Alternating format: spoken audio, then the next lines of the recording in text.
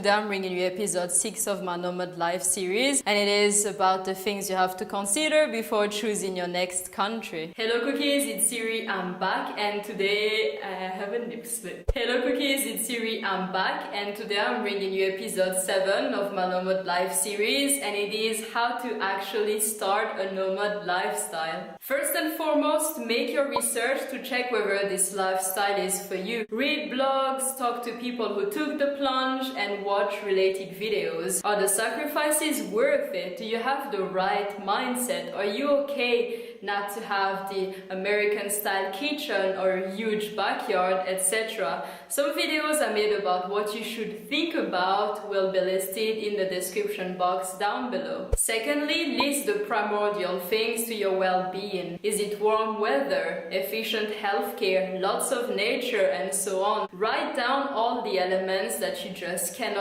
compromise on. Thirdly, use your list to find a country that ticks all the boxes. While doing research, be exceptionally mindful of places that only have amazing feedback written about them. The more people sell any location as if it were gold, the more you should worry about it being in fact just plastic. When you find the right country, look into how you can actually get there. Do you need a visa, or can you just pack and carpe diem? If you need a visa, how long does the process take? What are the visas available to you, etc.? If you're lucky enough to be a European citizen, I would suggest taking a European country as your first step. No need for visas, and everything is relatively easy. This next step is the hardest, but the most important. If you're still convinced it is the right lifestyle for you, make a conscious decision to move at some point. Take the plunge. Too many people push the decision further because it is not the right timing, they want to prepare themselves better, they are too young,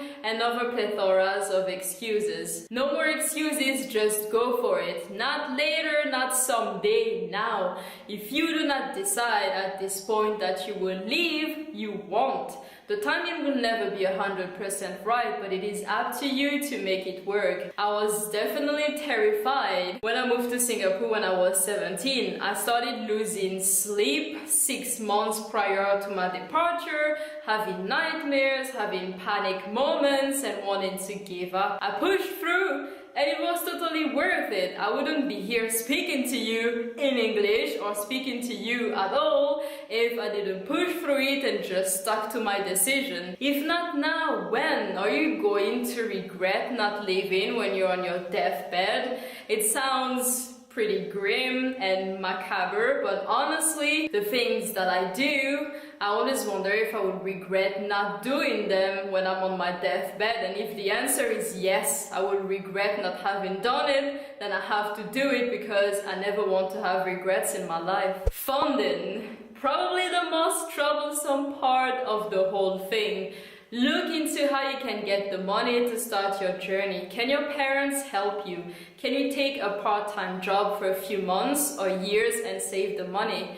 Can you get a scholarship and use it to study abroad and make that location your first nomad lifestyle stop? Can you continue working where you are now and save the money? There is not one way to fund a nomad lifestyle. There are people who live a very lavish, luxurious nomad lifestyle, and some who are frugal and Spartan. John and I are in between. The last tip to keep in mind throughout the whole process is to give yourself plenty of time to get things ready and to plan. The preparations before a move take a long time. For visas and paperwork, I usually start about a year prior. That is good timing because you can get things back home in order, like who is going to rent your house, or what are you going to do with your car, or, well, saying your goodbyes, spending a lot of time with your friends before you leave. And you also have a large leeway for different paperwork deadlines. John used to think I was exaggerating my tales of indefinite waiting for papers here and there, setbacks, the dark pit of bureaucracy, and so on. Let me tell you, he believes me now. Things take time.